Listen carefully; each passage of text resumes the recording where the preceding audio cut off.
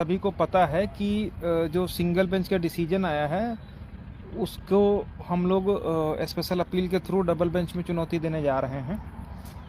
उसमें जो मुख्य बिंदु है वो मुख्य बिंदु वही एटीआर ही है।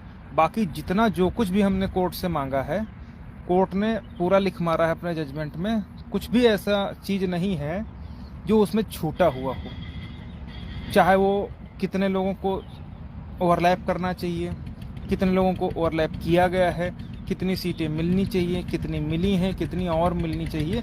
ये सारा का सारा जो हमारा कंटेंशन है, आर्गूमेंट, वो सारा का सारा जजमेंट में कोटेड है। जो भी गाइडलाइन वगैरह हैं उनको भी जजमेंट में कोट कर दिया गया है। ठीक है, जो एक मुख्य बिंदु है उन्होंने रिलैक्सेशन को ही रिजर्वेशन मान लिया है। तो इन सब बिंदुओं को लेकर के हम लोग पूरी तैयारी कर रहे हैं। बहुत ज़्यादा जजमेंट में कुछ हम लोगों को बहस करनी नहीं है, एक कॉन्स्टिट्यूशनल बहस होनी है। कॉन्स्टिट्यूशनल बहस यानी संवैधानिक बहस होनी है। और वो बहस जितनी आसान लोग समझ रहे हैं उतनी आसान रहने वाली नहीं है, क्योंकि जितना जो कुछ भी है वो सब कुछ कोर्ट ने लिख दिया है। और सिर्फ एटीआरई को ही क्योंकि उसका वेटेज जुड़ रहा है इसलिए उसको रिजर्वेशन उन्होंने मान लिया है। इसको हम लोग इस जजमेंट को डबल बेंच में चुनौती देने जा रहे हैं। ठीक है, कोई बड़ी बात नहीं होगी, क्योंकि चूंकि डिवीजन बेंच ने एटीआरई को नॉट पार्ट ऑफ रिक्रूटमेंट माना, सिंगल बेंच ने पार्ट ऑफ रिक्रूटमेंट मान लिया है, क्योंकि इसका नंबर जुड़ रहा है भर्ती परीक्षा फाइनल कट ऑफ में।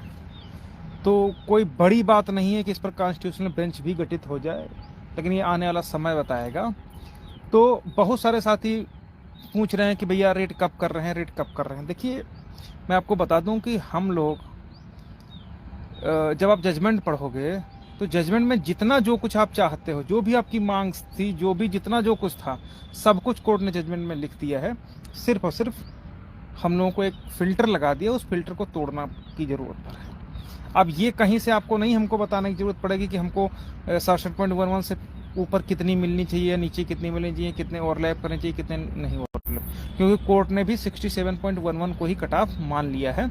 तो जो ओवरलैप होने वाले अभ्यर्थियों की संख्या मानी जाएगी, गिनी जाएगी, वो 67.11 ही से ही गणना की जाएगी, वही से कैलकुलेशन किया जाएगा। अब उसमें 65, 53, 69 point something so and so जो भी हैं उन सब का कोई वजूद नहीं रह गया है। कोर्ट ने अपने जजमेंट में कोट कर दिया है। और ये सारी बातें कहीं ना कहीं सरकार के लिए बहुत बड़ी मुश्किलें बढ़ा सकती है, तब जब हम लोग एटीआरई को डिफेंड करेंगे। और उसको डिफेंड करने के लिए बहुत सारे, आपने देखा उन लोगों का पूरी लॉबी है, वो लोग अदर स्टेट का भी जजमेंट मान ले रहे हैं, जिसकी पॉलिसी और गाइडलाइन एकदम डिफरेंट होती हैं, उनसे कोई मतलब नहीं रहता है। तो बहुत माइनर बहस हम लोगों की होनी है और बहुत घुमावदार बहस होनी है। इसलिए कोई भी कदम फूंक फूंक करके रखने की ज़रूरत है, और आधी अधूरी तैयारियों के साथ में या जल्दबाजी में हम लोग कोई कार्य करना नहीं चाहते। इसके विषय में हम लोग कल भी लगातार सीनियर से, जिन सीनियर से हुई उनको लगभग हम लोगों ने इंगेज कर लिया है। तो सुदीप सेठ के अतिरिक्त वो दूसरे सीनियर हमारे लगभग हायर हो चुके हैं। ठीक है, तो उनसे मेरी कम से कम 1 घंटे बात हुई है। तब भी उन्होंने कहा कि काफ़ी इंटरेस्टिंग केस है, बहुत हल्की चीज़ है जिस पर बहस होनी है। रिजर्वेशन क्या है, कैसे इम्प्लीमेंट करना है, क्यों रिजर्वेशन, उन सारे बिंदुओं पर बहस होगी, तब जाकर के इसका रस निकलेगा, निचोड़ निकलेगा आकर के। ठीक है, तो हम लोग पूरे तथ्य इकट्ठा कर रहे हैं, जितने सुप्रीम कोर्ट के ऑर्डर्स हैं, गाइडलाइंस हैं, जिन जजमेंट्स को माननीय उच्च न्यायालय के सिंगल बेंच में जस्टिस शुक्ला साहब ने कोट किया है, वो जजमेंट किन किन दशाओं में जारी किए गए थे, उस समय वो तत्कालीन परिस्थितियां क्या थीं, उनकी गाइडलाइन क्या थी, उन गाइडलाइन में क्या प्रोविजंस थे, किन पर वो जजमेंट आया, तो उसको किस तरीके से हम पर थोपा गया, क्या वो हम पर थोपा जा सकता है, इन सभी पर बहुत डिटेल्ड और विस्तार से समझने के पश्चात ही जो है चीज़ें कोर्ट में रखी जाएंगी। केवल फाइल करने भर का मैटर नहीं है। आप सभी लोगों को पता है कि स्पेशल अपील में कहीं पर कोई फैक्ट पर बहस नहीं होगी। जो भी सिंगल बेंच ने अपनी फाइंडिंग दी है, उस फाइंडिंग को हम लोगों को गलत साबित करना पड़ेगा, तब जाकर के काम आगे बढ़ेगा। और उस फाइंडिंग को गलत साबित करने के लिए आपको मेहनत पड़ेगी, और वो मेहनत जो है, आप लोगों ने अक्सर सुना होगा कि ल्योड़ी का पसीना जब तलवों में होगा तब जा करके चीज़ें निकल करके आनी होंगी। इतनी मेहनत करने की ज़रूरत है कि फ़ोटो खिंचवाने भर से या किसी को कह देने भर से कि भैया अपील कर दे रहे हैं, डिटेल भेज दो, फलाना भेज दो, धमाका भेज दो, उससे कुछ नहीं होने वाला। मिट्टी में मिल जाओगे, 2 मिनट नहीं लगेगा। ठीक है, जितनी वर्चस्व की लड़ाई 68 वालों ने लड़ी, उनका हस्र पूरा उत्तर प्रदेश देख रहा है। ठीक है, और केवल वो कुछ लोग कहते हैं कि हम ये कर लिए, वो कर लिए। वकील कौन कौन से हैं, सब कुछ आप लोगों को पता है कि पूरे हाई कोर्ट से लेकर सुप्रीम कोर्ट तक किन विशेष वर्ग के लोगों का आधिपत्य है और किस तरीके से उनको हम लोगों को लेकर के चलना है। जो वकील हमसे पर डेट खर्चा लेते हैं वही अपने समाज के लिए पर डेट के खर्चे में उन लोगों की पूरी बहस कर देते हैं, पूरा मुकदमा ले लेते हैं। इस चीज़ को भी ध्यान में रखने की जरूरत है। सत्ता बदलना क्यों आवश्यक था, वो आज लोगों को समझ में आ रहा होगा कि आपके साथ में कोई नहीं है। ठीक है, लेकिन फिर भी जो भी संसाधन हम लोगों के पास है लिमिटेड, जिस तरीके से पूरी जान लगा करके खून पसीने से इस जजमेंट को हम लोग सिंगल बेंच से हर चीज़ लिखवा करके लाए, जब हमारे हाथ से सब कुछ सरकार ने छीनने की कोशिश करी थी 5 जनवरी को, वहाँ से उसके जबड़े से खींच करके आज हर चीज़ हमने जजमेंट में लिखवा दी। तो उसके बाद अगर ATRE जैसी चीज़ें आएंगी तो उनको भी पूरी मजबूती के साथ उसी तरीके से डिफेंड किया जाएगा जिस तरीके से हम लोगों ने 67.11 से नीचे 27 और 21% पूरा करने के लिए कितनी सीटें मिलनी चाहिए, कितनी सीटें मिली हैं, कितनी सीटें और मिलनी चाहिए, इसको पुरजोर तरीके से कोर्ट के समक्ष सारी बातें रखी। न केवल रखी बल्कि कोर्ट को अपने कंटेंशन को, अपने आर्गुमेंट को, अपने फैक्ट्स को, अपनी लिस्ट को जजमेंट में लिखने के लिए बाध्य कर दिया। ठीक उसी तरीके से ATRE पर भी हम लोगों की जीत सुनिश्चित होगी, इसका मैं भरोसा दिलाना चाहता हूँ। ठीक है, तो और आज आप लोगों ने देखा कि 6800 के कुछ साथी थे जिन्होंने आंदोलन किया। ठीक है, किसी को बताने की आवश्यकता नहीं है, 90% लोग नहीं जानते हैं कि जो स्पेशल अपील फाइल होती है वो सिंगल बेंच के जजमेंट के 1 महीने के भीतर कर देनी होती है। और सरकार ये पूरी तरीके से प्रयासरत है कि किसी तरीके से इन लोगों को 1 महीना घसीटा जाए। इसलिए आंदोलन के बावजूद वो किसी तरीके से चाहते हैं कि जल्द से जल्द ये फाइल ना हो ताकि अन्य चीज़ें टेक्निकल पेज फंस जाए। इसलिए हम लोग 12 अप्रैल को हम लोगों का 1 महीना हो जाएगा। 12 अप्रैल 13 मार्च को जजमेंट है, 12 अप्रैल तक रहेगा। हालांकि इसके बीच में कुछ जो नॉन वर्किंग डे है उनको एक्सक्लूड कर दिया जाएगा। ठीक है,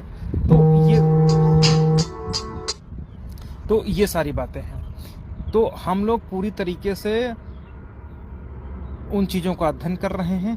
जो चूजे जो दुकानें खोल करके अपने लोग बैठे हैं, ये दुकानें सिंगल बेंच में भी खुली थीं, क्या हुआ, उसका परिणाम क्या रहा, ये किसी से छिपा भर नहीं है। ठीक ना, ये केवल मुंह उठा के, मुंह का कौर नहीं है कि उठाया और लपक लिया। ठीक है, मैंने बताया ना कि अब कॉन्स्टिट्यूशनल बहस होगी रिजर्वेशन पर, और उसके लिए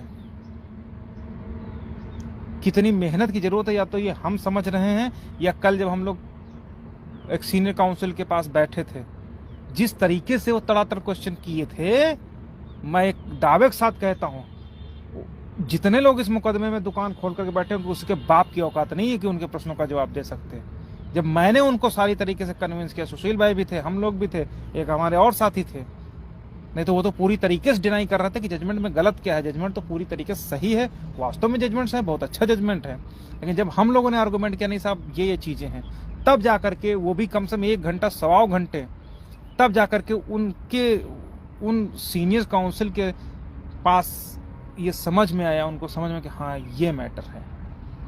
तो बहुत हल्की चीज़ है, और उसको किस तरीके से कोर्ट में रिप्रेजेंट करना है कि वो सीधे कोर्ट को क्लिक कर जाए।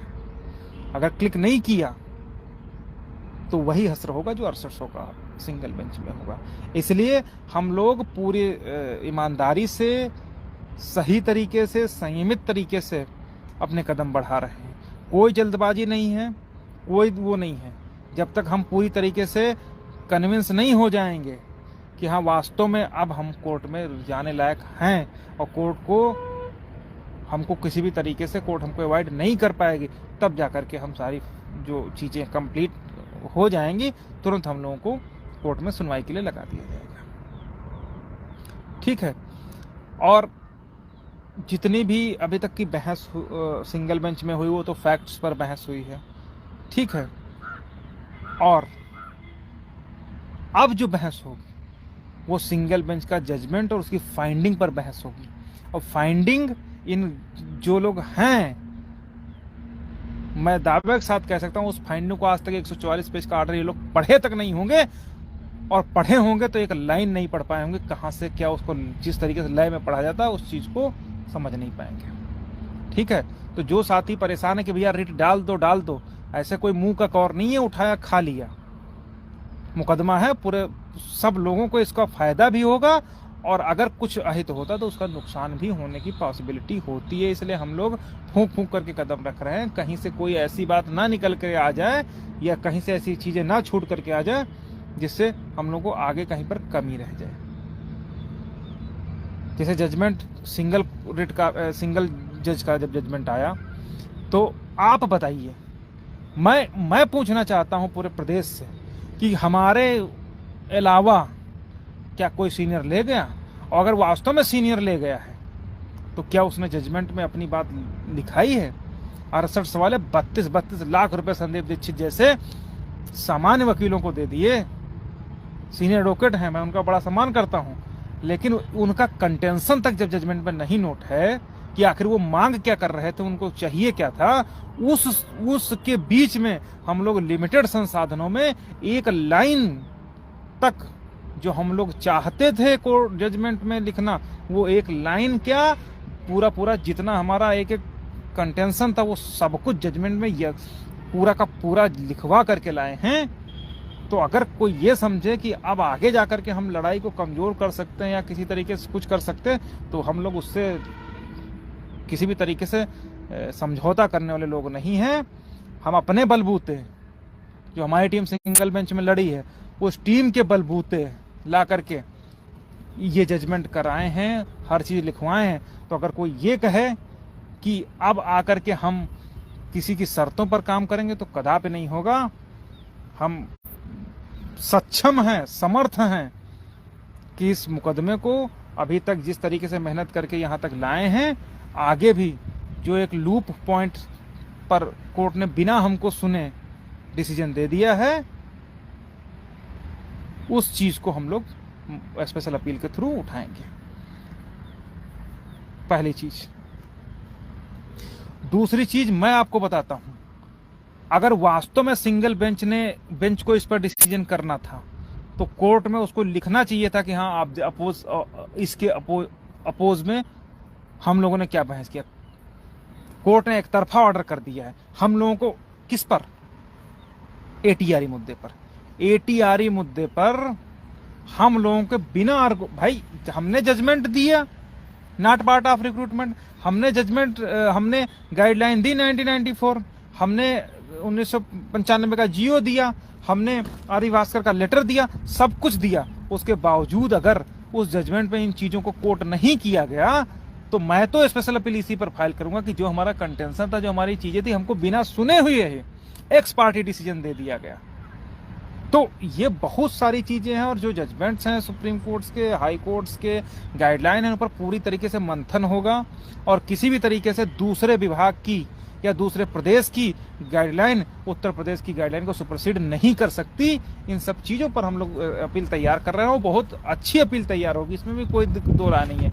लेकिन जल्दबाजी में बिना किसी तरीके से पूरी तरीके से जब हम संतुष्ट हो जाएंगे तब वो जो है कोर्ट में हो जाएगी। लेकिन हाँ, जो टाइमलाइन है उस टाइमलाइन के भीतर ही हम लोग काम कर रहे हैं। अभी चूंकि नवरात्र चल रहा है, हम लोग थोड़ा सा उसमें चीज़ें हैं, तो उसके कारण अभी लखनऊ में रेगुलर आ जा रहे हैं।